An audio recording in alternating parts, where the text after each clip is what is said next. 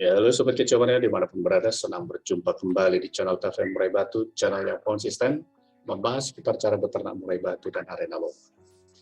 Di video kita kali ini kita akan membahas bagaimana cara menangani murai batu yang over birahi. Atau apakah memang ada murai batu yang dinyatakan over birahi?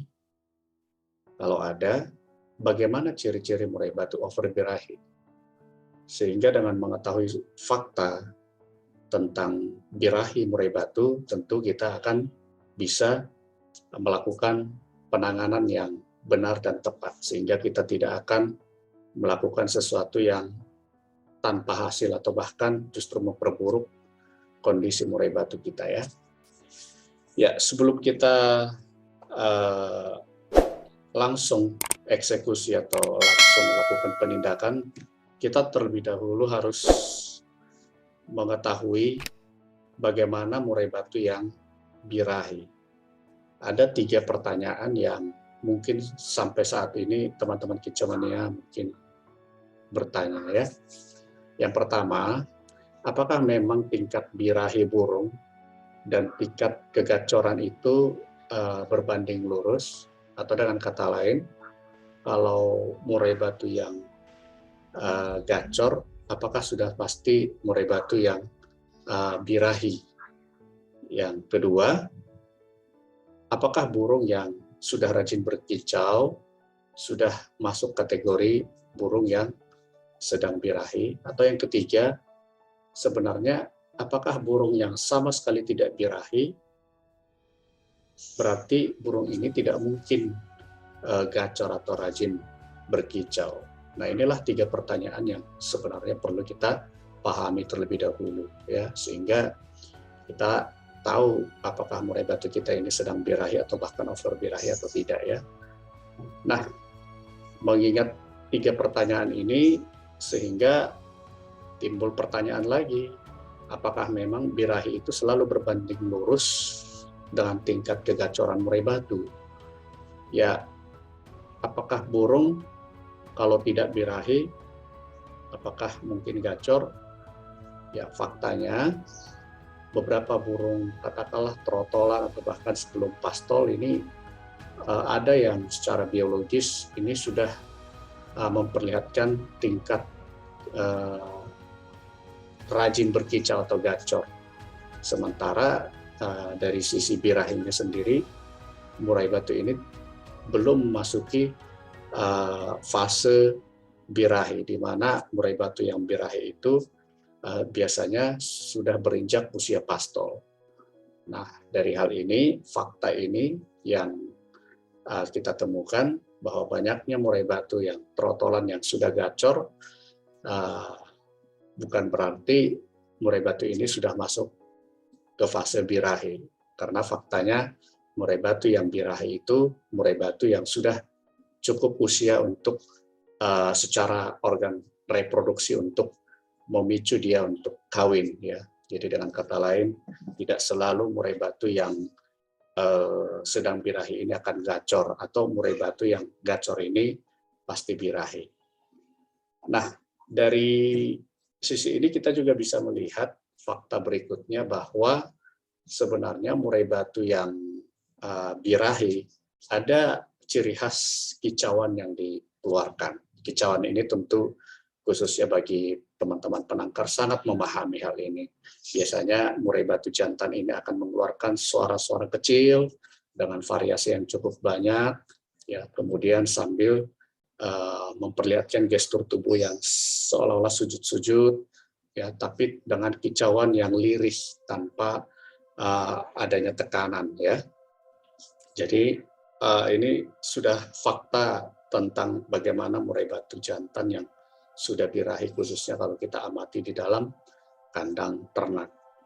Nah, kemudian dari bunyi-bunyi ini kita juga bisa pahami bahwa murai batu yang rajin bersiul, bukan bervariasi suara ya, rajin bersiul ini belum tentu murai batu ini sudah memasuki masa birahi. Ya, karena ada kalanya murai batu jantan maupun betina ini ada ciri khas siulan yang terus-menerus dinyanyikan,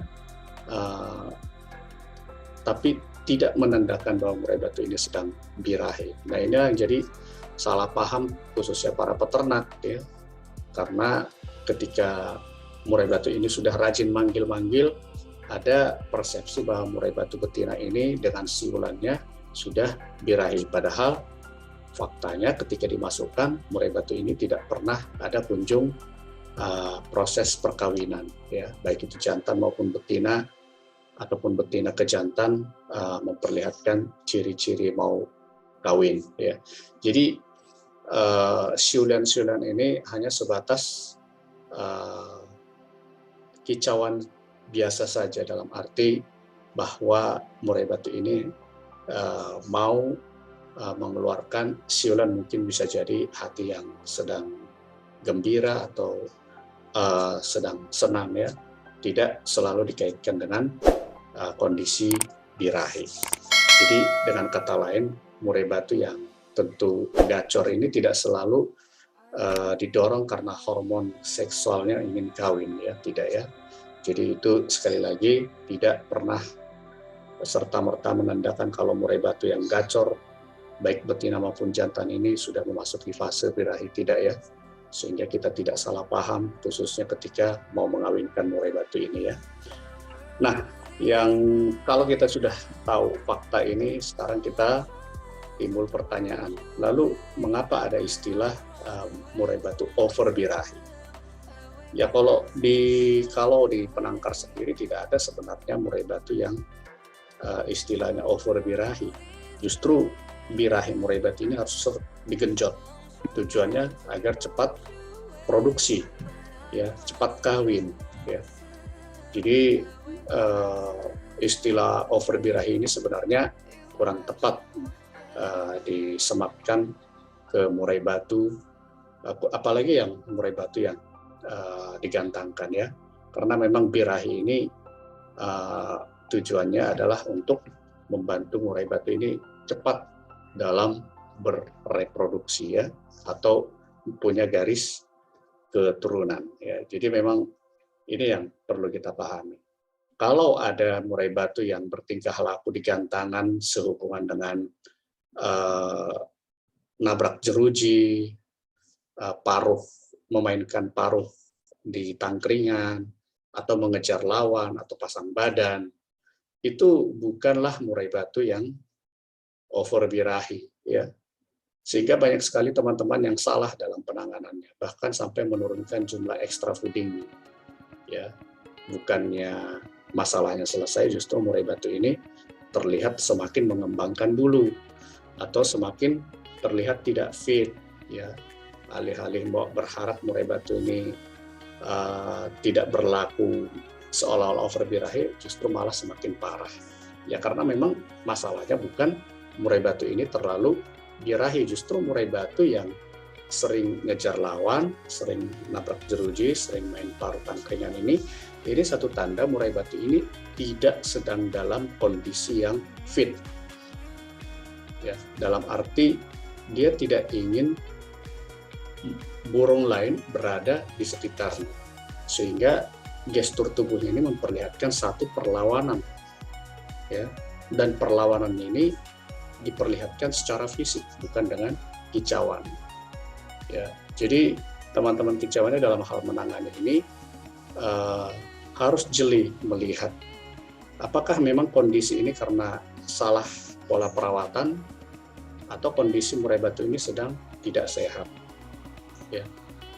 Atau bahkan katanya kalau tangan dimasukkan ke sangkarnya seringkali dipacok-pacok, itu over birahi, ya. Sebenarnya tidak selalu begitu, ya, teman-teman kicauannya. Bisa jadi ya dia hanya ingin bermain saja dengan tangan kita, atau memang murai batu ini sedang galak, gitu.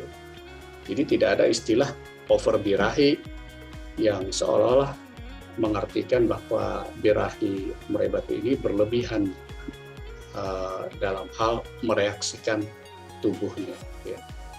Justru kita sangat berharap murai batu kita ini punya sisi birahi yang tinggi, karena ini memicu dia untuk punya kicauan yang bervariasi, karena memang murai batu yang birahi ini cenderung akan mengeluarkan suara-suara variasi yang banyak ya, karena memang tujuannya untuk memperlihatkan kemahirannya dalam mengeluarkan kicauan, ingin menarik perhatian dari murai betina. Nah, kalau itu di gantangan, ya, teman-teman kicauannya bisa melihat bahwa birahinya, murai batu ini sangat membantu ketika dia mengeluarkan isian. Nah, murai batu birahi ini pun cenderung punya amarah yang tinggi, teman-teman kicauannya, karena memang dia sangat ingin sekali dominan, sangat ingin sekali menjadi murai batu alfa, ya, sehingga dia berbagai macam cara mengeluarkan suara variasi yang banyak sekali, sehingga seolah-olah memberikan tekanan terhadap murai batu lain. Nah, kalau memang murai batunya sering nabrak jeruji, ngejar lawan, bermain di tangkringan, pasang badan, bisa jadi murai batu, teman-teman kicauannya, tidak dalam kondisi fit, tidak ingin diganggu oleh burung lain, apalagi murai batu sejenis. Yang dia lakukan adalah perlawanannya dengan gestur tubuh yang seolah-olah memperlihatkan dia ingin bertarung secara fisik, tapi karena kondisinya tidak fit, ya dia tidak akan berkicau. Yang dia lakukan ya dengan memperlihatkan gestur tubuhnya seolah-olah mengindikasikan dia tidak sedang mau diganggu dengan oleh murai batu lain di gantangan, ya. Jadi daripada alih-alih menurunkan ekstra puding, menurunkan penjemuran, ya ini bisa justru tidak menyelesaikan masalah. Yang teman-teman bisa lakukan adalah merubah pola rawatan, bagaimana caranya murai batu ini punya sisi toleransi terhadap kehadiran burung lain, kehadiran murai batu lain, ya, dengan cara ya seringlah membawa burung murai batu ini ke arena gantangan tanpa harus ikut lomba, sehingga dia ada kebiasaan mulai mentoleransi kehadiran burung lain, ya. Nah, setelah dia punya sisi toleransi ini, nilai fighter, sisi fighter ini tidak akan pernah hilang, teman-teman. Nah, ketika dia punya toleransi sudah bagus, dia sudah bisa mentoleran, tapi sisi fighternya ini akan memicu dia untuk berkicau. Jadi ini perlu pelatihan, teman-teman kicauan. Ini tujuannya supaya murai batu ini seolah-olah mau menerima kehadiran murai batu lain, karena ini butuh adaptasi, berbeda dengan ketika murai batu ini di alam liar. Cenderungnya murai batu di alam liar ini kalau posisi jauh dia akan mengeluarkan suara yang keras, tapi posisi dekat umumnya murai batu ini akan bertarung, ya. Nah, karena dia sudah beradaptasi di dalam sangkar, karena ini posisinya dekat, hendaknya murai batu ini sudah harus bisa mentoleransi murai batu lain sampai taraf tertentu. Ya, memang ini perlu penyesuaian atau adaptasi terhadap murai batu ini. Jangan sampai juga karena terlalu sering murai batu ini dipertemukan dengan murai batu lain, justru nilai sisi fighter ini bisa berkurang. Ya, jadi memang harus ada manajemen atau pengaturan kapan waktu terbaik murai batu ini diberikan atau disandingkan dengan murai batu lain, sampai nanti pada tahap murai batu ini ingin digantangkan, ya sisi toleransi ini sudah didapat dan sisi fighter ini bisa dipelihara. Ketika murai batu ini katakanlah seminggu sebelum bertanding sudah harus tidak melihat lagi murai batu lain, ya, atau burung lain, sehingga murai batu ini bisa mempertahankan sisi fighternya, sisi toleransinya bisa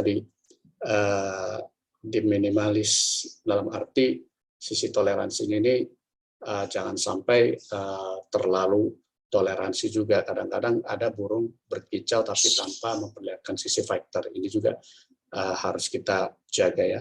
Jadi sekali lagi teman-teman kicauannya, sehubungan dengan bagaimana melihat murai batu ini, khususnya birahinya, ya jangan sampai kita salah paham terhadap mengindikasikan murai batu ini apakah over birahi atau tidak, atau justru murai batu ini sedang dalam kondisi kurang fit.